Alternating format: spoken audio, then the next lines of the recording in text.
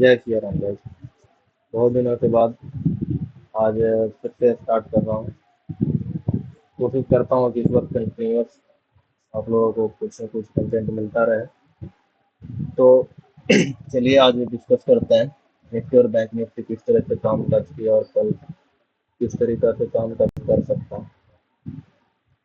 तो first of all Nifty के chart पे आते हैं, डे एनालिसिस करते हैं।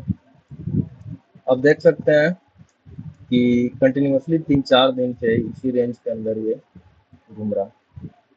रेंज कहाँ से कहाँ तक है देख लीजिए, यहाँ से लेकर के यहाँ तक। जब तक इस रेंज के बाहर नहीं निकलता है तब तक हमें फ्रेश बाइंग नहीं देखने को मिलेगा। अगला टारगेट यहाँ तक का हो सकता है। फ्रेश बाइंग के लिए चलिए इसको और शॉर्ट टाइम फ्रेम में एनालाइज करते हैं। अर्ली चार्ट पहले देखते हैं क्या हो रहा है, क्या जा रहा है। तो हमें देखने को मिल रहा है कि सबसे पहले कंटिन्यूअसली 3 दिन से लगातार यहाँ पे रिजेक्शन खाया, फिर यहाँ से रिजेक्शन खाया, और आज लगभग कल यहाँ के यहाँ पूरा दिन भर बना रहा, और आज फिर से यहाँ से कंटिन्यूअस एक बड़ा सेलिंग देखने को मिला। एक ही आर का कैंडल में पूरा दिन भर का प्रॉफिट जो भी यहाँ पे बाई करके बैठे हुए होंगे, मतलब पुट सेल करके बैठे होंगे, उनका पूरा यहाँ पे एक ही कैंडल में पूरा प्रॉफिट चला गया। कल इसको हमको किस तरह से देखना है, उसके लिए हम लोग चलते हैं 15 मिनट के चार्ट पे और फिर देखते हैं क्या कर सकते हैं। तो 15 मिनट के चार्ट में दिख रहा है हमें कि यहाँ छोटा कर लेता हूँ, 1 मिनट। एक ट्रेंड लाइन यहाँ पे हमें दिख रहा है गाइस, ये आप देख सकते हो।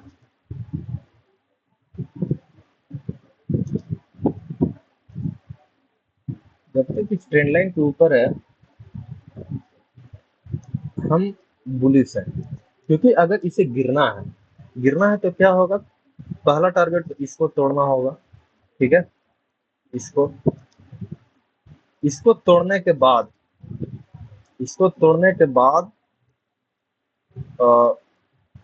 ये हमारा अगला लेवल निकल करके आता है। ये तो हम क्या करेंगे, चलिए डिस्कस कर लेते हैं।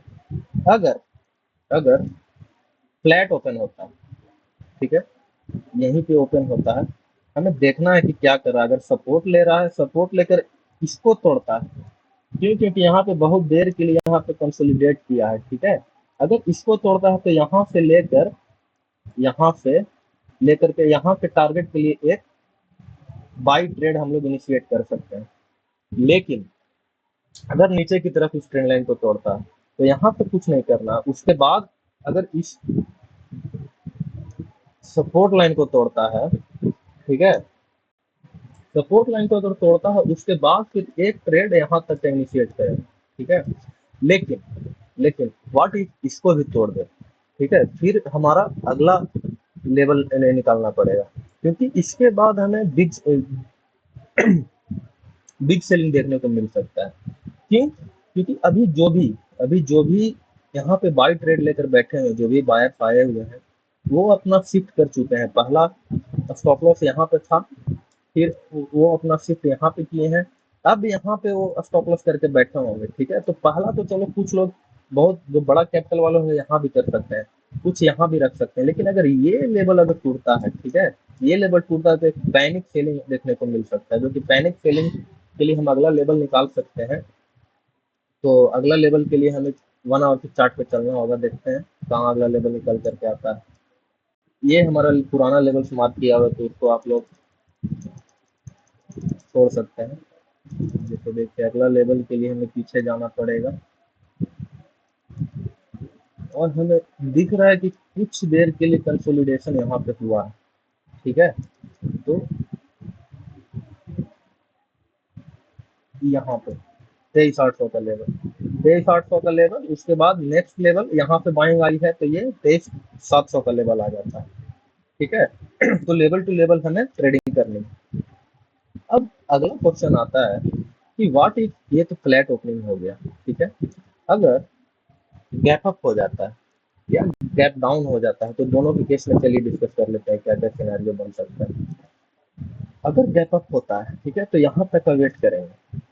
सपोज यहाँ से ऊपर गैप अप होता है, ठीक है, अगर रिट्रेसमेंट आती है यहाँ पे, तब तो वेल एंड गुड, यहाँ पे बाय इनिशिएट करेंगे।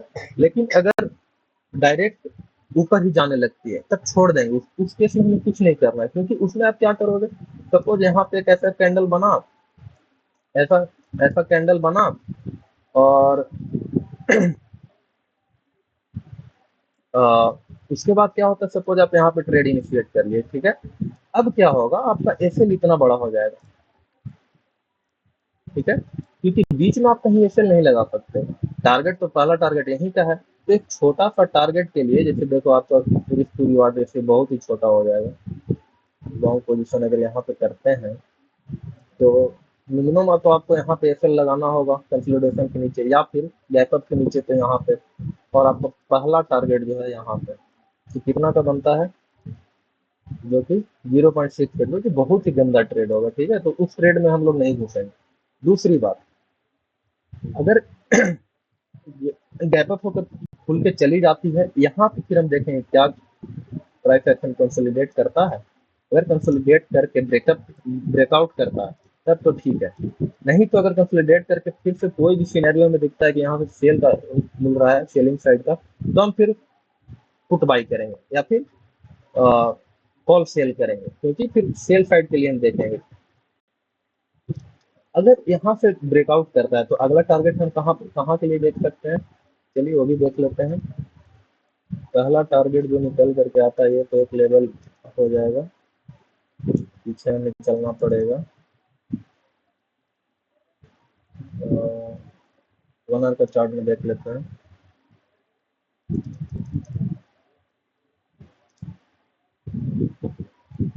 पहला टारगेट यहाँ तक आ सकता है गाइस, अगर यहाँ से निकला तो यहाँ तक आ सकता है, और दूसरा के लिए हम यहाँ तक जा सकते हैं, क्योंकि क्योंकि यहाँ पे एक सेलिंग आया है, देख सकते हैं आप, गैप डाउन ओपन हुआ था, तो पहला टारगेट इसको रखेंगे और दूसरा टारगेट बिग सेलिंग यहाँ से आया तो दूसरा टारगेट इसको लेकर चलेंगे, ठीक है।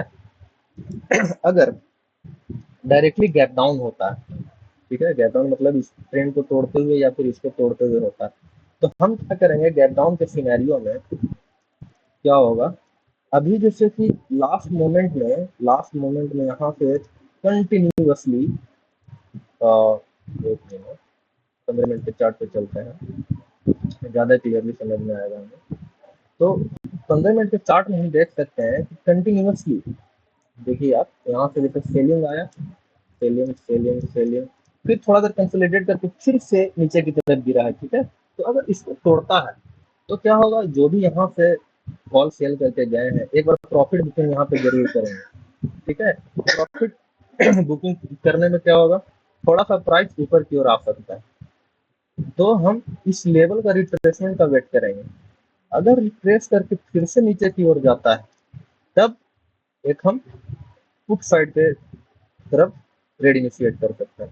लेकिन अगर गैप डाउन ही अगर होता है इसके नीचे, तब तो बहुत ही बड़ा गैप डाउन होता है, तो उस सिनेरियो में क्या हम करेंगे, जो भी यहाँ से लेकर गए बहुत ही बड़ा प्रॉफिट में आ जाएंगे, तो वो सोचेंगे कि मतलब और ही नीचे जाए। कुछ लोग प्रॉफिट बुक कर सकते हैं, लेकिन इस सिनेरियो के बाद क्या होगा, पैनिक सेलिंग भी आने की चांसेस है, ठीक है। तो उस साइड में मैक्सिमम यहाँ से आप ट्रेड इनिशिएट कर सकते हैं पुट साइड के लिए, यहाँ तक टारगेट के लिए, और अगर इसको ब्रेक करता है तो यहाँ के टारगेट के लिए। तो ये रहा गाइस निफ्टी का एनालिसिस। उसके बाद चलिए हम लोग देख लेते हैं बैंक निफ्टी क्या कर सकता है।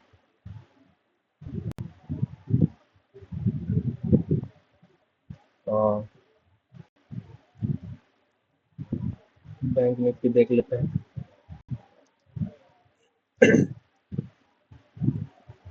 तो बैंक निफ्टी में डे चार्ट में हम देख सकते हैं, ये भी almost similar to similar Nifty के जैसा ही काम कर रहा है।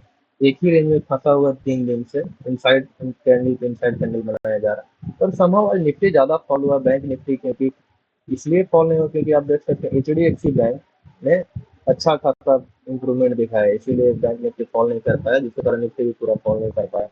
और भी एक रीजन है गाइस, इंडिया विक्स आप देखोगे तो इंडिया भी अभी करीब 16 के नियर पर ट्रेड कर रहा है, तो ठीक सिनेरियो, उतना भी गंदा सिनेरियो नहीं है कि तुरंत फॉल कर जाए। तो चलिए इसको डिस्कस करते हैं 1 आवर के चार्ट में, क्या हो रहा है क्या नहीं हो रहा है। तो थोड़ा डाउन लग रहा है मुझे, तो सॉरी गाइस। एक आवर के सिनेरियो में साफ साफ दिख रहा है, यहाँ से फिर लो लगाया, फिर यहाँ से सेलिंग आया और इधर से हाई लगाते जा रहा है, ठीक है। तो ये आप ऐसा कह सकते हैं कि ब्रेकआउट ही होने वाला है करीब करीब। आप ये देखते हैं, एक यहाँ पे ट्रेंड लाइन आ रही है और एक यहाँ पे ट्रेंड लाइन आ रही है। अब ट्रायंगल पैटर्न बन रहा है। अब 15 मिनट में इसको देख लेते हैं क्या कर रहा है ये। और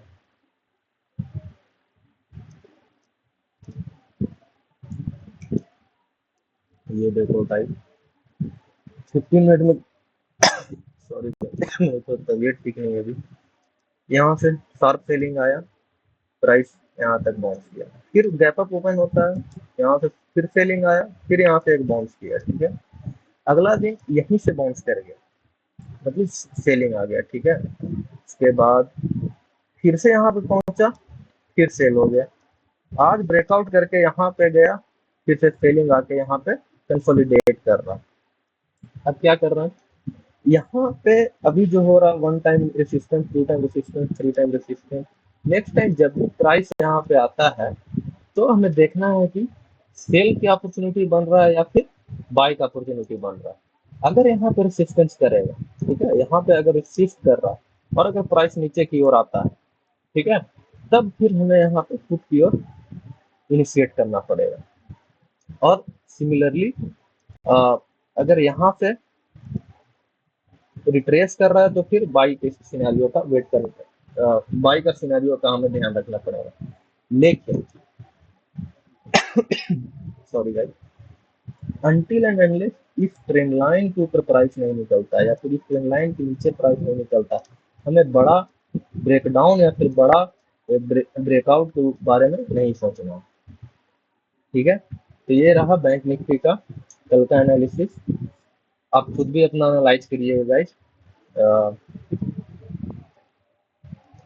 क्योंकि मेरे कहने पे आप पूरा ट्रेड मत ले लीजिएगा, प्रॉपर एनालिसिस मार्केट में कीजिएगा, कैसा मार्केट किस डायरेक्शन में जा रहा है, उसके बाद ही ट्रेड इनिशिएट कीजिएगा। चलिएगा, आज के लिए मंडप करते हैं, अगले किसी वीडियो में मिलते हैं। धन्यवाद।